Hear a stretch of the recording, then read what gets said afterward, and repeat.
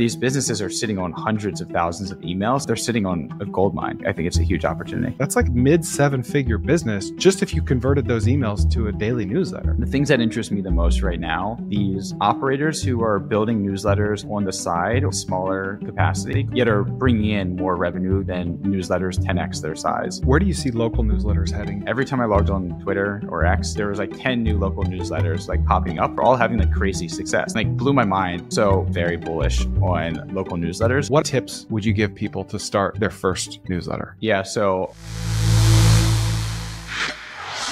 okay, if you've ever wanted to know how to better monetize your email list or how to better monetize someone else's email list, if you don't have one for yourself, maybe you want to start a local newsletter from scratch or any newsletter for any topic from scratch, this is the podcast for you. Today with Tyler, we talked about local newsletters, interesting newsletter concepts, newsletter trends, how to grow a newsletter, referral program, how to start from scratch, because most of you will be starting from scratch with a newsletter, how to use paid ads, how to use a referral program, co-registration, yada, yada, yada. You're going to love it. Newsletters are super hot right now. They're going to be hot in 10 years. This isn't going anywhere. If you want to use Beehiiv, this is not a promotion. I was not paid to do this episode, but it would be appreciated if you used my affiliate link, and you'll get 20% off for your first 3 months with my link only. And I'll get a little kickback as well. You'll find that in the show notes. Please share with a friend and enjoy. I'm just so fascinated at what you're seeing from the inside that seems to be really creative, unique, successful, that people might be surprised about. Yeah. The things that interest me the most right now are kind of like against what everyone looks at in the newsletter ecosystem. So everyone looks at like Morning Brew, Axios, The Skim, The Hustle, like scale is what they went for. And scale is awesome. I think having a large distribution list and influence to over that many people is like really interesting, but it's hard. I think it requires some money. It requires a lot of strategy. I think I'm really interested by these operators who are building newsletters kind of on the side or doing it in a smaller capacity, call it 10, 15, 20,000 subscribers, yet are bringing in more revenue than newsletters 10x their size. And so like niching down on a specific customer profile and niching down on like the value and the ways that you can monetize an audience has been really interesting to see. And so to give you an example, I love Creator Spotlight. They're like, it's one of our newsletters that we send to 400,000 people, and they feature creators of like all different sizes. And they featured one 2 weeks ago called Design Buddies. It's like a design community. I think there's maybe 10 to 15,000 people in this community. And rather than just doing paid subscriptions and advertisements, which they do advertisements, they do these design cohorts 4 times a year where like they already have like, 15,000 people that are interested in design.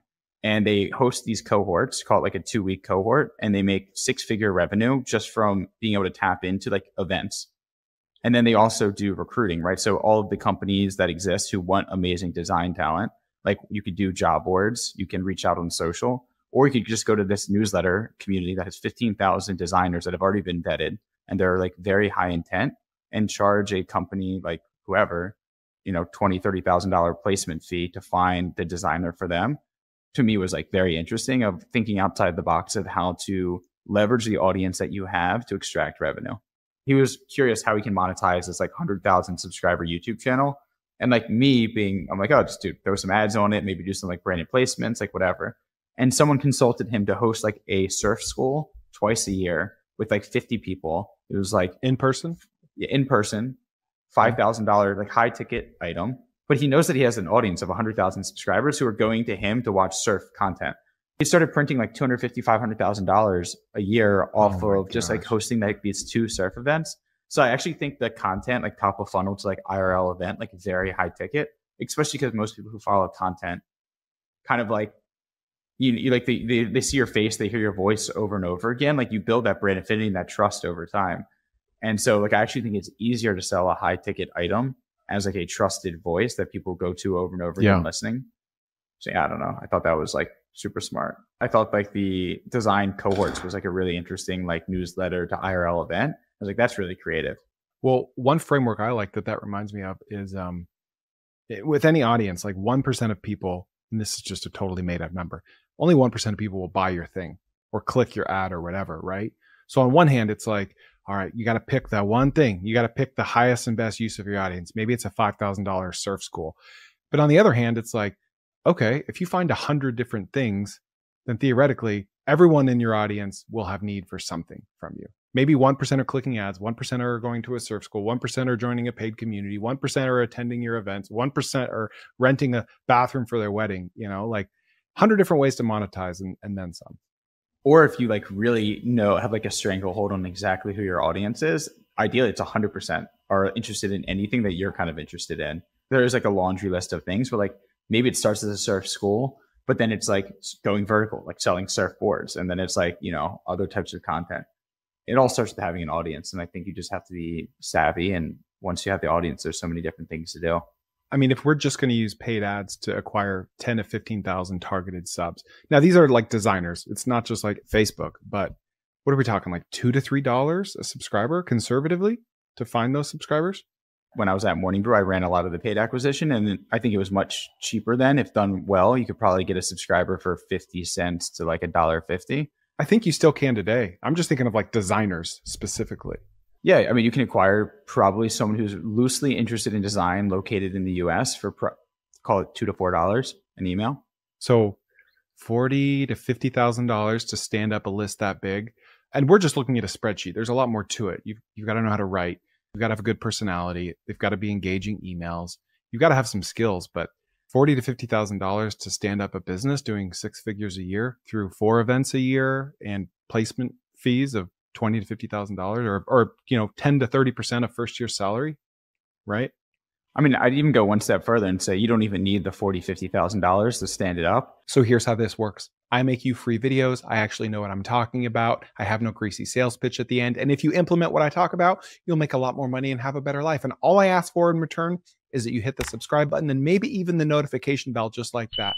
Thank you. Typically, if you are going, let's use the design example. If you're going to create this community around designers, you're probably a designer yourself or already embedded into that community. I think that's actually where most people fail, is when they try to take on something because they see an opportunity. They're not an expert in that space, nor do they like have any business like operating, right? Or passion for the space. Yeah, like I should not, me personally, Tyler Dank, should not create a design community. I love design. I nerd out on design all the time. That's not like, but that's not me, right? Like that's not the communities that I spend time in. So if you already have like this design cohort, whether it's friends, coworkers, whatever, get them to subscribe to the newsletter for free. So you have a base of like 50 to 75. If you provide value, and it all starts with value, right? It's creating content or providing value that makes them want to stick around. A lot of people think you can have the Morning Brew referral program and all of these different like growth tactics that we promote on Beehiiv. And just by growth hacking your way to scale, that you're going to make it successful. And I think a lot of people find out the hard way that that doesn't work. Let's say you have good content. You have your base of 50 to 75 people that you know from like your community. If it's good content, it's very easy to share. And like you can ask them like, hey, can you share with like one person from like your design courses or like your prior job or whatever? Quickly it multiplies to 150, 200. And then fortunately, like leveraging some of the tools that we've built. So Boost is one of them. Boost is basically just co-registration. And so for example, I recommend 3 other newsletters on Beehiiv. They each pay me $2 for every subscriber that I send them. So if I'm spending $2 to acquire an email on Facebook or Instagram, they come in through my flow and they subscribe to one of those 3 newsletters, I'm break even right off the bat. I paid $2 to acquire the subscriber. They're now on my list forever until they unsubscribe. And I got paid back $2 immediately. If they subscribe to 2 of those emails, I'm in the black $2. It's like I made money through growing. And if you can do that sustainably, then you put in $1,000 into this growth strategy. And if you get $2,000 out, now you have a surplus to pour that back into growth. And I think that's what a lot of these newsletters have found out, that you can create this growth flywheel where you pay to acquire subscribers, but you make more money on the back end, whether it's from boosts or ads or paid subscriptions. And once you're in the black, you just keep reinvesting it. And very quickly you can get to 10, 15,000 subscribers. I kick myself to this day for waiting so long to boost, to do co-registration, because I had this limiting mindset of like, I don't want to compete. I don't want to give my competitors all these subscribers. Then they're going to be distracted. Instead of getting 1 email from me, they're going to get 3. And so we were talking about segments before I hit record. I started a segment from before and after the time I boosted. And I noticed no increase in like open rate or click-through rate. Like it just grew the pie. I just started getting free money essentially, right? And it offsets your paid acquisition cost. Or if they're organic subscribers, then it's just a net profit. And Boost really came out of my experience at Morning Brew, realizing that I was spending $600,000 a month acquiring subscribers from Google, YouTube, Facebook, Instagram, Snap, like anything, anywhere we could spend money, we were testing. Does that turn into acquiring subscribers at a reasonable cost? And are they quality subscribers? That's the other classic mistake that I think a lot of growth marketers, and definitely like if you're a newsletter operator who doesn't come from a growth background, you can look at a very shitty acquisition source online that maybe gets you subscribers for 10 cents. And then you do Facebook and it's $2.50. And so you'd say like, oh, well, it's obvious to invest in the 10-cent one because it's, it's considerably cheaper. I'm trying to avoid doing math. So I should have chosen easier numbers. But yeah, it's considerably cheaper, right? But what you don't realize is if the subscribers you acquired for 10 cents, they open 1 in 20 emails, but the subscribers from Facebook open 1 in 2 emails, then you have to normalize it and get like the more active subscriber. And that was something that took me like 6 months to learn at Morning Brew, that not all subscribers were created equal. And the actual acquisition cost is really just the top of the funnel. You need to normalize it for opens. I created a segment. I ran Facebook ads for a month, like religiously, and I tracked everything in segments and UTM parameters.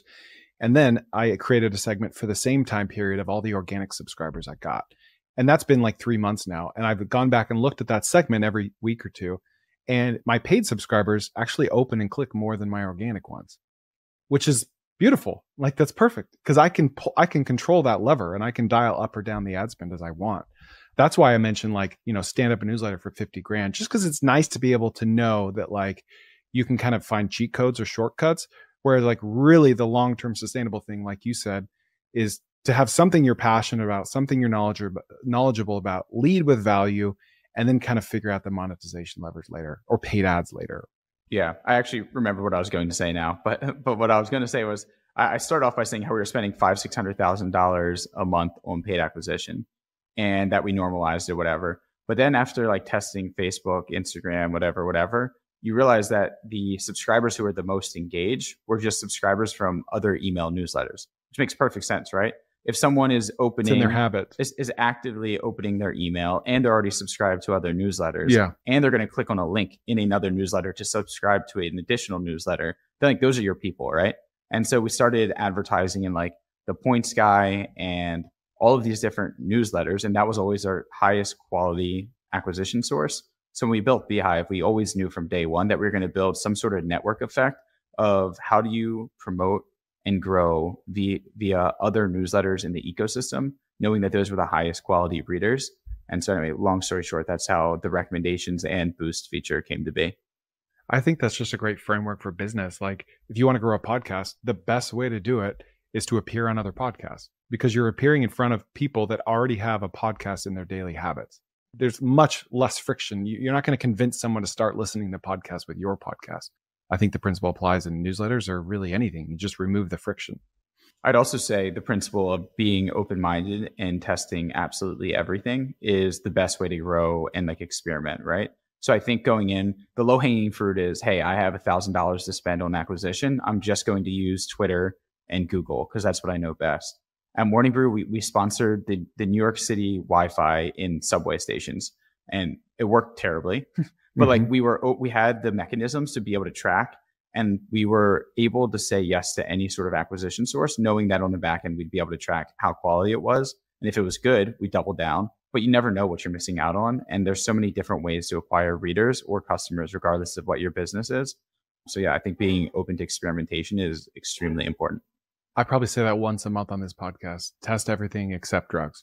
I completely agree. Like right now I have a billboard in Tomball, Texas for my podcast. There's no QR code. There's no domain name. It's not a thing. People don't do it, but I got to know.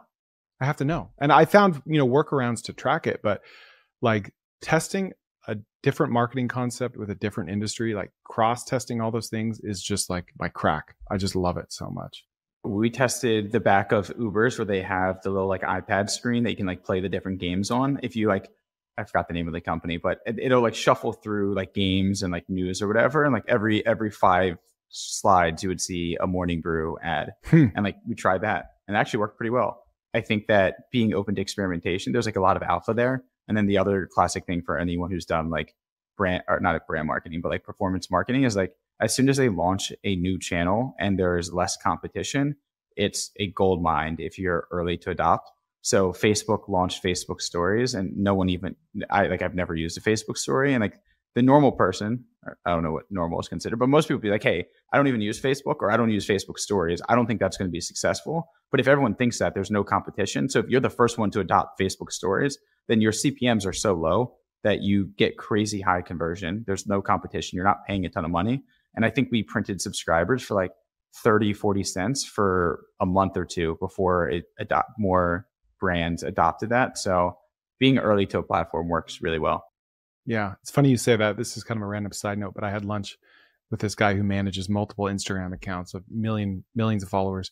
And when Instagram stories first came out, he learned that if he pushed like a paid Instagram story to an account just to get more subscribers, he could acquire subscribers for like 3 to 6 cents. Not subscribers, Instagram followers. He would push a story with an affiliate link, and that story would earn on average like 20 to 30 cents per subscriber. And he was one of the biggest spenders of Instagram story ads in the world, so much that Meta was reaching out and saying like, why are you spending so much on Instagram stories? Like, what are you doing? And it, the window closed. It always does. But while it was open, he just printed money.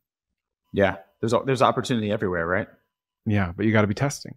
So 99% of people listening to this have no newsletter. And I would say most of them are like newsletter curious, because 30% of this podcast are business owners, 70% are aspiring business owners. So we kind of started talking about that 10 minutes ago, how to start your first newsletter, get your first 50, 75 friends, have them share it. What other tips would you give people to start their first newsletter? When you ask like, what do I see that is interesting in the newsletter space right now? My initial answer was people who have figured out a way to monetize a smaller audience, but have outsized upside in terms of like the revenue that they can extract from that audience. The other thing that I think is really interesting is the way that certain businesses have adopted email newsletters and like a content forward strategy for growth. And the way that I describe that as like Brex, for example, the business credit card for startups, has a community newsletter on Beehiiv that promotes the different community events that they host in New York, LA, San Francisco.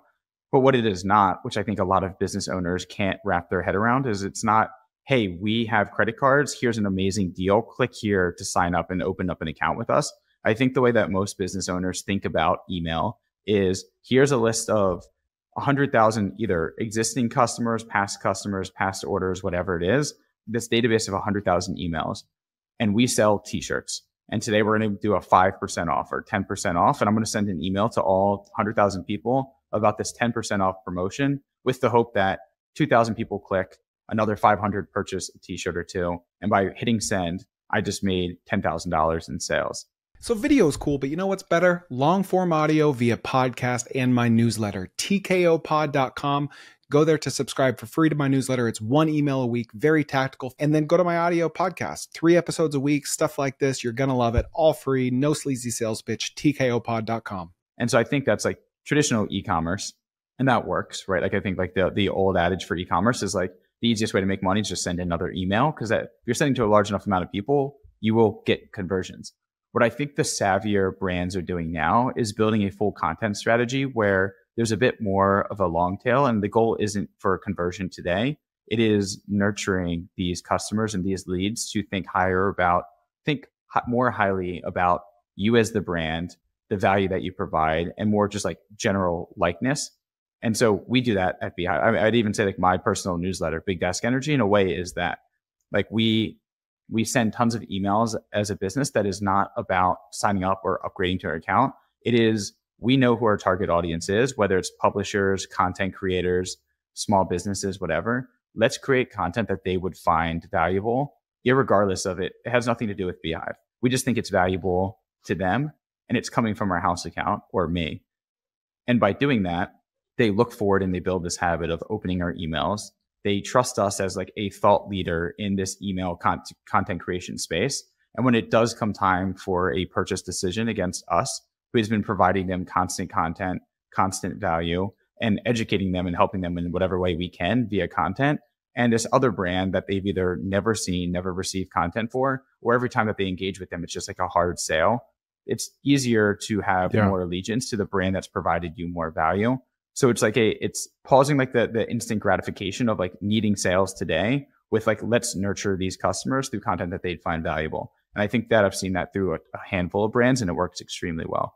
It's kind of like SEO. Like SEO works so well because so few people focus on it, because they don't focus on it because it takes months to pay off, right? And what you're describing to me is like brand building. I picture like Yeti and Red Bull doing this perfectly. Like I'll go to YouTube and watch Yeti videos about saltwater fishing, and they don't mention Yeti once. I can just see the cooler in the background. But I kind of like Yeti now because I like that video. And Red Bull's the same way. And both of those companies have amazing high trust, high net promoter score brands, primarily driven by this content that they put out. And so what you're saying is like, it's almost like taking a transactional business and saying, hey, we're now kind of like an influencer. Like we're almost like an individual influencer that has high affinity and high trust with an audience. We're taking a long-term approach. We're never going to be able to attribute these dollars to these dollars going out to these dollars coming in, but we just believe and trust that it's going to do good things for us, and we're going to play the long game, right? Yeah. I mean, I'd even say it's not mutually exclusive, right? Like you can play the long game and nurture these customers and provide value while also sending a once a week, like more direct transactional email of like, here's a new product, here's the sale we're doing, here's something that you should buy. But I think, so the reason I brought that up to answer your question is you said that 30% of your audience is like business owners. And I'd be curious how many of those 30% actually have like a content strategy beyond just aggressively posting and promoting their products, their promotions, versus how many think of content from like a first principle of like, if we sell outdoor gear, like what is content that is it the top trails in America? And like every week we share different trails, different hiking, different campground reviews of different types of whatever it is. Like I think there's like a whole content strategy that can be deployed for nearly any business. And it doesn't take that much thought. I think it takes like a brainstorming session for like 30 minutes to kind of figure out like what would your customers actually want more of. And if you can be a leader in that space, I mean, we do it for Creator Spotlight. Creator Spotlight started as when we were just starting off, we had so few users, and we were like trying to educate other people of like why they should use the platform, and also like uplift those users that are having success on our platform by putting them in a spotlight. So I would choose a user like more or less at random every week. We would do a whole like write up on them, and we'd send it to all of our customers being like, look at this user who's having success. They're using these 5 features. They're making this much revenue. This is how quickly that they're growing. And it was valuable to the rest of our customers because they're like, they could see and get inspiration from this other user who is having success on the platform. And now it's just its own vertical of the business. We don't even promote Beehiiv at all. We've even gone beyond choosing Beehiiv customers as the people that we promote. We promote YouTubers, influencers, content creators, publishers. Like I said, the design person that I mentioned at the beginning of the podcast, for the sole purpose of, we know that our customers want to get inspiration and learn from other people in the space who are having success. And where I used to think the only way to monetize an email was with ads or paid subscriptions, in reading Creator Spotlight, I found 20 other ways that these creators and publishers are finding ways to extract revenue from their audience. So it's helped me even think about the landscape. And so that's just another way of like using content as a way to nurture leads and eventually drive sales. Where do you see local newsletters heading? Do you think that's a big opportunity? I'm not going to say we went all in on it, but we hosted this day-long webinar about a month ago. And then we also launched the local newsletter accelerator program at Beehiiv. So I think applications are still open depending on when this goes live. That's like a natural trend that we saw where I'd say December, January of this year, every time I logged on Twitter or X, there was like 10 new local newsletters like popping up like in my face who are all having like crazy success. They're like, just partnered with 5 local brands, already sold out all of the inventory for Q1, or went from 100 of my friends signing up to like 5,000 people in the community in like a quarter. And like blew my mind the success that a lot of these local newsletters were having. So long term, to answer your question, very bullish on local newsletters. And I think it makes perfect sense. I'm subscribed to probably 2 or 3 different newsletters in Los Angeles that are just like top restaurants that this person has tried recently, different events that are happening this week. It's just like a guide of like what's happening in the community. And I think there's a lot of different flavors of local newsletter. For me, it's more consumery in terms of like restaurants and events. So it's like activity based and like the experiences. Others are more like news related of what's happening in local politics, what's going on in like the community. Are there any, I don't know, other things that are going on, but like hyper focus on a specific geographical location. And then I think the business opportunity there is every community has tons of small businesses that are looking for customers. And the hardest part about monetizing like a very large newsletter is, as great as email is, it is difficult to understand exactly who these people are. And you can do surveys, you can try to hydrate the data and be like, I just grew this many emails and they are, opening from the Northeast of the United States. But like, you have to work really hard to understand, and like Beehiiv's building a lot of things to help make this easier, but to understand like, what are their true interests? Is it a 25-year-old female who lives in the Northeast, or are they a 50-year-old male who lives on the West Coast? And you can't really get that from the email itself. And so it's harder to be able to figure out, like, if you are going to monetize with ads, who's the right advertiser to serve this audience?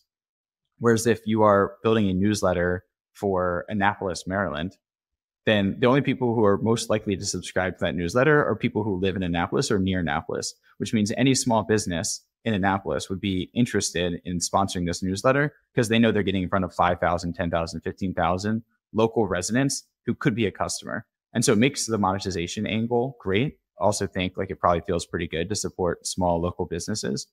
So I think a lot of them are having a ton of success. Well, and then I think one of the big asymmetric bets is you can acquire subscribers for local newsletters at like half or a third of the cost of any other newsletter. Like if I go look for business subscribers on Facebook ads, I'm going to spend about $1.50. But if I go look for Plano, Texas residents for my Plano, Texas newsletter, it's going to be about 50 cents. But then conversely, the CPMs, the amount of money I can charge for those ads, is like twice because it's so targeted. So your cost to acquire is a third or half of what another newsletter would be. And the amount you can charge per viewer is significantly more. And then, like if you look at oversaturation, it's not going to happen. There's 100,000 cities in America. There's hundreds of thousands of neighborhoods. Like there are neighborhoods with 20,000 people in them. You can get even more hyper local than just a city. And with Ryan, a Naptown Scoop in Annapolis, he's got more subscribers than people live in Annapolis. Because you have people that like used to live there or tangential to it. And then he launched a business freaking renting out bathrooms, vertically integrated, like who would have thought? So I think 10 years from now, local newsletters are going to be a big opportunity. Yeah. I mean, even so now, like my growth gears are turning a bit in terms of like how all of the growth hacks you could do to try to scale in like a single geographical location. You could do direct mail. I would like, it's so, first of all, I'm a huge fan of direct mail. We haven't had like an amazing use case for using it at Beehiiv yet, but like the physical direct mail, I think works super well. And like for us, it's like, where would you even send that for Beehiiv? And then we could choose different locales, right? But if you have an Annapolis newsletter, it might cost $5,000 to send like a highly targeted postcard for your Annapolis newsletter to every household within like these 5 zip codes, right? You could also go to 5 of the most popular pizza places, give them like a bunch of cards to hand out and be like, if you can get people to sign up for my like your customers come in, and if you can give them this, I'll add you to the newsletter at the bottom of like, here's the top pizza places. And like just do like affiliate deals where like you're actually not even taking in revenue, but you're using it for customer acquisition. I don't know, the fact that I could drive to any local establishment and find a way or a partnership for them to help me grow. So as they grow their business and bring in more and more customers, they can also drive new subscribers to me. I think that's super interesting. I think local news is like a massive thing. And like, there's probably like a broader shift in terms of like lack of trust in like the larger media companies. And even in local news, right? I just think like the established media is going through a period where there's a lot of distrust from like the general public. And I don't know if trusting someone a newsletter on the internet that you met for the first time is like more trust, but it does seem that way. Yeah, I think there's a ton of opportunity there. What other newsletter trends are you seeing that people should be looking out for? Whether it's like the type of newsletter or how people grow their newsletter, or is it weekly or daily? The length of the newsletter, like what are kind of some best practices that you have in mind? Yeah, I'm seeing more like design forward emails, which I've been saying forever, in the sense that most emails look terrible. Like no one puts time into making them look good. I think there's like real alpha and like spending the hour or two to have your newsletter template totally jump out of the inbox and be something that people actually remember. Weekly versus daily versus monthly kind of depends on like who you're serving, like what the value prop is and the different content you're creating. So it's like hard to see like a ton of different trends around that. What about length? Depends, right? Again, to like your value prop. So if your value prop is I'm going to distribute information in as bite-sized as possible because it is utility for the readers, then like maybe shorter is better. We're seeing like a lot of independent journalists leave traditional media, launch newsletters on Beehiiv, and like do like investigative journalism. I think is really interesting. It's like full scoops, like New York Times-esque but longer type newsletters that are just like deep dives on like any given topic. I think creativity is like all over the place in the newsletter spot. So there's like newsletters that use images and GIFs to like tell a story. I'm blanking on the name and now I feel bad because I would have loved to give them a shout out, but it's every day they explain a different topic all through images. And so it's like cartoon draw of images to tell a story and educate someone on like how something works in the world. Email is like pretty flexible, right? It could be a short, it could be alerts, like real time news happening. It could be deep dives, it could be cartoons, it could be super well designed or plain text. Like there's a lot of different things you can do with it. The biggest trend that I've seen is local. Outside of that, I think like everyone's going in every which direction in terms of like cadence, length, and acquisition strategies. Have you ever seen someone take like a corporate email list? Like I'll just use one of my companies as an example. Texas Snacks. We sell Texas Snacks and it's a Shopify store. We have about 150,000 emails and we're just doing the basic. We're just sending out deals and promotions and yada, yada. Is there a world where you could take that and convert it into like a daily newsletter with a tangential topic, like, you know, trends happening in the South or in Texas or Texas food recipes or whatever, and treat that as a separate business entirely? And literally like you could put your own ads in there. You could sell sponsorships in there. Cause I look at newsletters and you might cringe at this, but like I'll take the amount of subscribers, cut it in half and say, if this is a daily newsletter, if I have 100,000 subscribers, I can make $50,000 a month top line at like a good CPM, like in a business niche. So if I look at, you know, my Texas Snacks list, it's like 150,000 subscribers at a decent CPM. That could be $60,000 a month business as a standalone in addition to the promotional emails we're sending. Is there a world where that could be another business, or you could build an agency going into companies and saying, hey, give me your email list. I'm going to turn this into a new revenue line for you guys?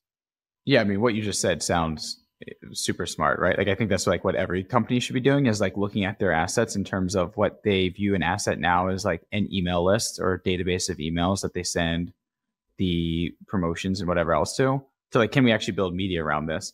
If you're asking me if do I think there's a business of like, I think there's a huge opportunity for agencies or even an individual, right? You're a high agency individual who either loves writing, has a network of writers, or knows how to use AI tools in a way that actually makes good content on the other side of it, then to be able to go to a business that you know has a large database of emails and say like, I can create a net new revenue stream for you that also has like, it'll bring in money day one because we can monetize with ads, or we could do affiliates. So like it's net new revenue off the bat, but also should improve the NPS and, you know, just like the goodwill of your core business in parallel.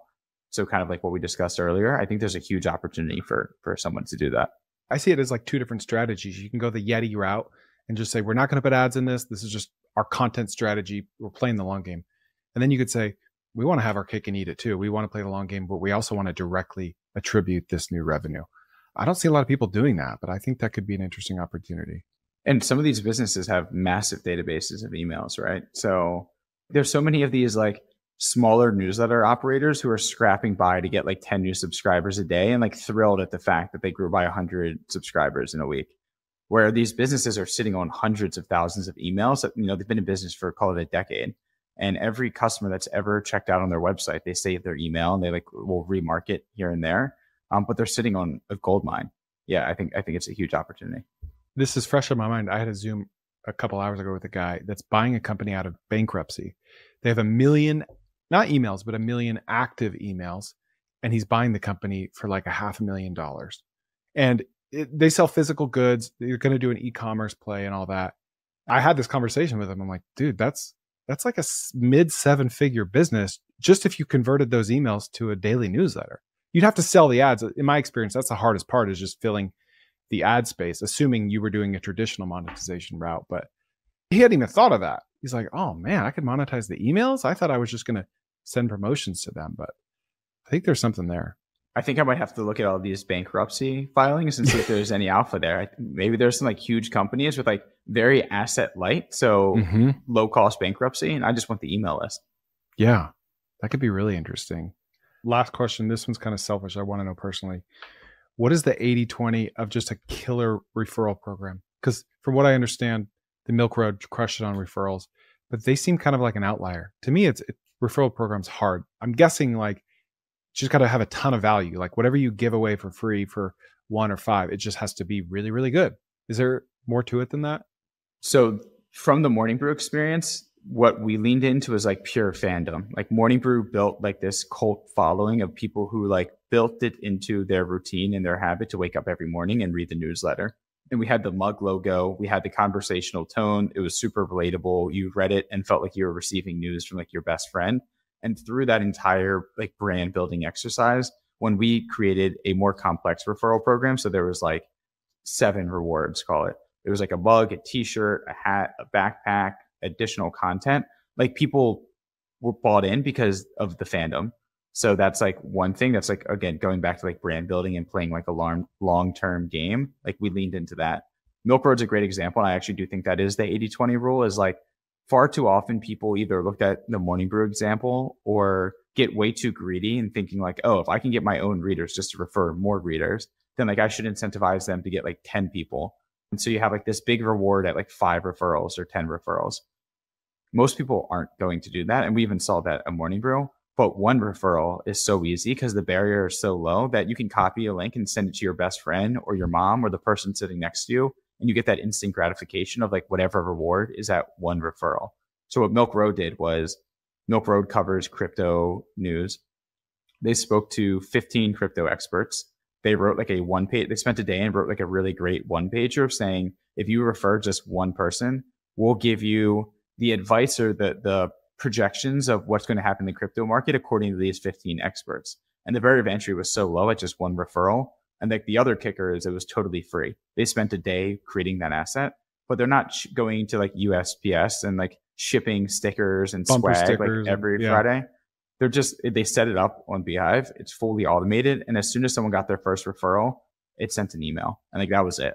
So it took time in creating the asset, but $0 after that. And the barriers were so low, they just needed people to share 1 referral. So I kind of think that is the 80-20 rule. It's like, what is enticing enough to incentivize someone to share with just 1 person? And if you can do that, like that's the hardest part is 0 to 1. 1 to 2, okay. 1 to 5, whatever is easier because they've already done the behavior and you can continue to push them further. Yeah. And all of that is amplified if it's just a freaking great newsletter and they feel proud referring it and they're fans, and like the Morning Brew, right? Like they just felt bought into it. It's all quality, right? Like I could sit here for an hour and give all of the growth tactics that we use at Morning Brew or that I use for my newsletter or what I've seen on the platform. You can't growth hack your way into success. It has to come from like the nucleus actually being quality. And so that's where I'd recommend people spend the most of their time. Okay. Well, Tyler, this was perfect. We know where to find your company. I'll have links everywhere, but where can we find you? I'll plug the newsletter. The newsletter is my number 1 thing that I'm focused on right now. So mail.bigdeskenergy.com. Maybe drop that in the description below, but it's a weekly newsletter for anyone who's interested in startups, entrepreneurship. It's really just me sharing the journey of building the company. A lot of transparent insights. It's a great newsletter. I'm a subscriber myself. And what about your Spotify playlist, man? I mean, come on. You got a Spotify playlist. I assume once they get into the funnel, they'll see the Spotify playlist. But yes, it is. Big Desk Energy. Too. Big Desk, I got it up in front of me as I do at all times of the day. But yes, Big Desk Energy is also a Spotify playlist with the best music to help you focus. But you're not making much money off that one, though. I'm the only person dumb enough to build a newsletter off of a Spotify playlist, which I don't make money off of. Hey, but that's what makes me unique, I guess. Hey, Naptown Scoop built a bathroom rental business off their newsletter. So there are no rules. I didn't ask you about that, but I was going to be like, what the hell? This is the first I've heard of that. So did you not know that? Yeah. No. Can you share more of like, what does that mean? I tweeted about luxury bathroom rental as a business like 2 years ago. It got 1 million views. He read it and he's like, that's amazing. I think that would work. I think I could find events and people to rent these out through my newsletter. And so he hopped on my podcast and we talked about it publicly. And then he bought a $20,000 like trailer bathroom and started renting it out at weddings. And he got almost all of his bookings from his newsletter.